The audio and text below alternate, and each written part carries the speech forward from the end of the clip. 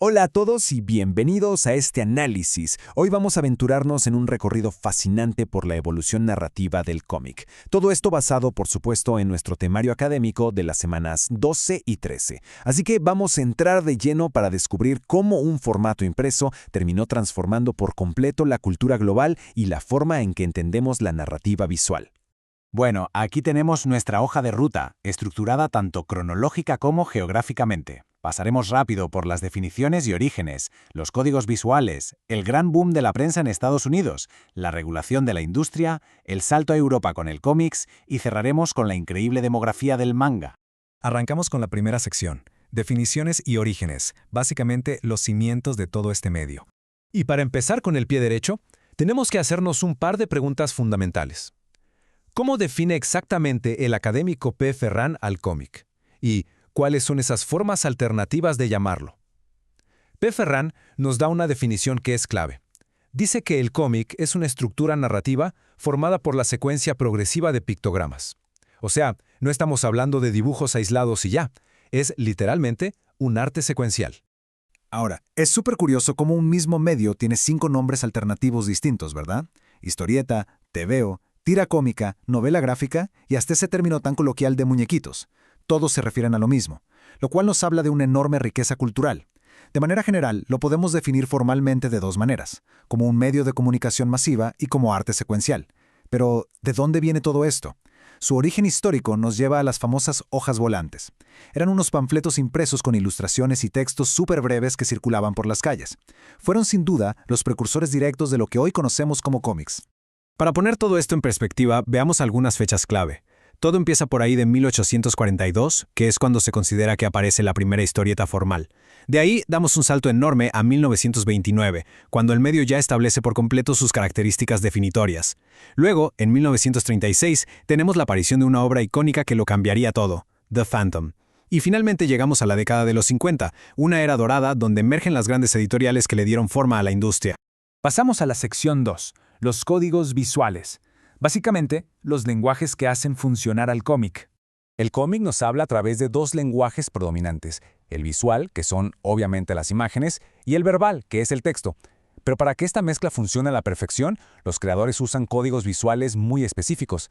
Hablamos de las viñetas, los típicos globos de diálogo, las líneas cinéticas o de expresión para dar movimiento, y claro, las infaltables onomatopeyas. Es como un rompecabezas visual increíble que cobra vida en nuestra mente. Entramos a la sección 3, el boom de la prensa estadounidense lleno de sindicatos y tiras cómicas. A ver, imaginemos esto por un segundo. ¿Qué causó ese aumento brutal en las ventas de periódicos en Estados Unidos a principios del siglo pasado? La respuesta es bastante directa. Empezaron a incluir suplementos cómicos dominicales a todo color. Y aquí el gran protagonista es el King Feature Syndicate. Esta agencia funcionó como un distribuidor masivo gigantesco que mandó estas tiras a periódicos a nivel nacional e internacional. Fue un fenómeno de masas absoluto que cambió la industria editorial de la noche a la mañana.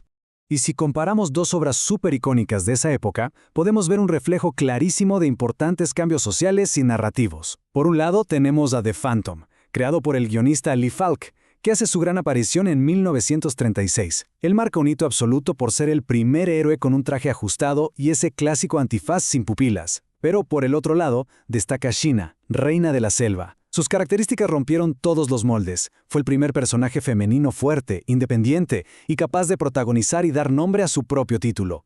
Un salto gigantesco para la representación en el medio. Entonces, reuniendo todo esto, los elementos distintivos que marcaron el nacimiento oficial del cómic fueron esta narración secuencial sumada a las nuevas tecnologías de impresión y reproducción masiva. Y ojo aquí, para 1929, las características ya tenían una madurez tremenda. Los globos de texto ya estaban perfectamente integrados dentro del encuadre de la imagen, reemplazando esos viejos y aburridos textos que iban al pie de la viñeta. Esto creó ese ritmo de lectura súper ágil que hoy nos resulta de lo más natural. Lo que nos lleva a la sección 4.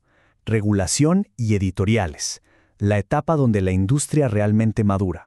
Con tanta popularidad, lógicamente se necesitaban nuevos formatos.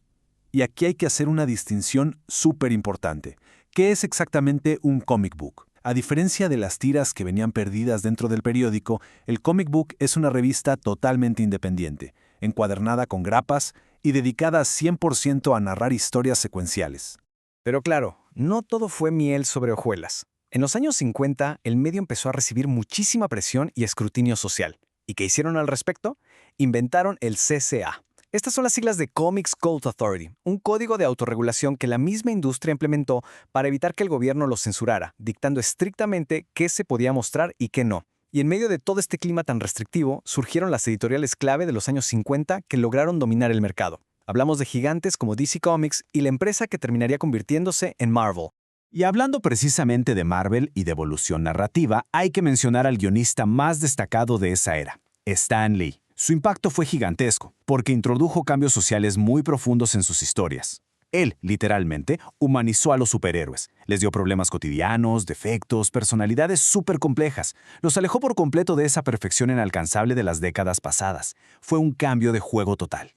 Pasemos a la sección 5, el cómics y Europa. Vamos a hablar de contracultura y movimientos adultos. Si nos alejamos un poco de ese formato comercial masivo de Estados Unidos, nos encontramos con el concepto de cómics. Así es, escrito intencionalmente con una X al final. Este fue un movimiento underground de publicaciones independientes hechas para un público adulto. Tocaban puros temas de contracultura y eran totalmente ajenos a las reglas de ese código de autorregulación del que hablamos antes.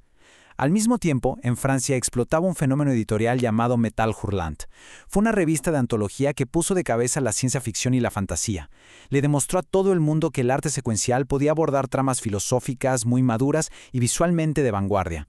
Este mercado europeo es súper vasto y tiene su propia identidad, con 3 nombres alternativos muy marcados. Se le dice Bande Dessinée o BD en la región franco-belga, Fumetti en Italia y TVO en España.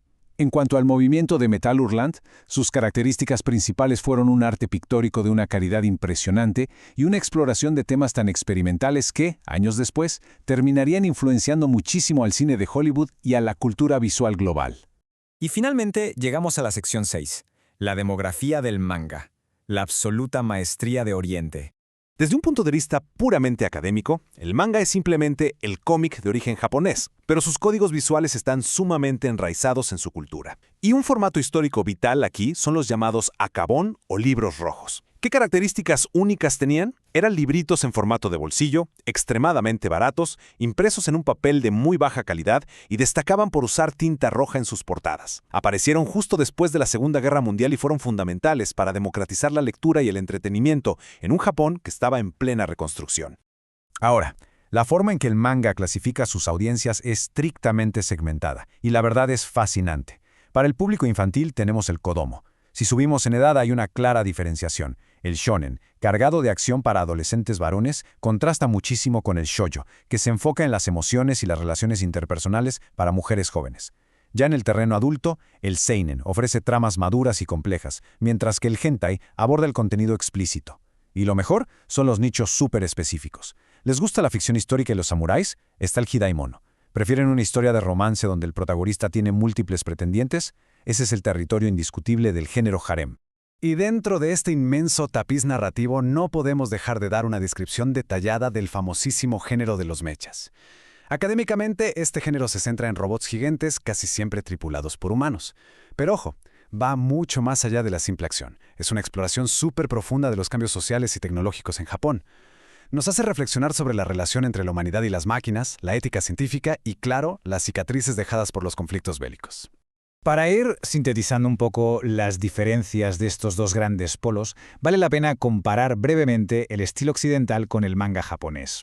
En Occidente, el sentido de lectura tradicional es de izquierda a derecha, se da prioridad al formato a todo color y la historia suele estar fuertemente anclada en grandes bloques de texto y en el protagonismo absoluto del héroe.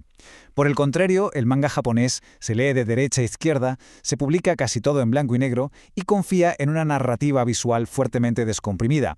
Es decir, usan muchísimas más viñetas para crear un flujo casi cinematográfico que le da mucha más prioridad al impacto emocional que al texto continuo. Llegamos al final de nuestro análisis académico y queda una reflexión fascinante en el aire.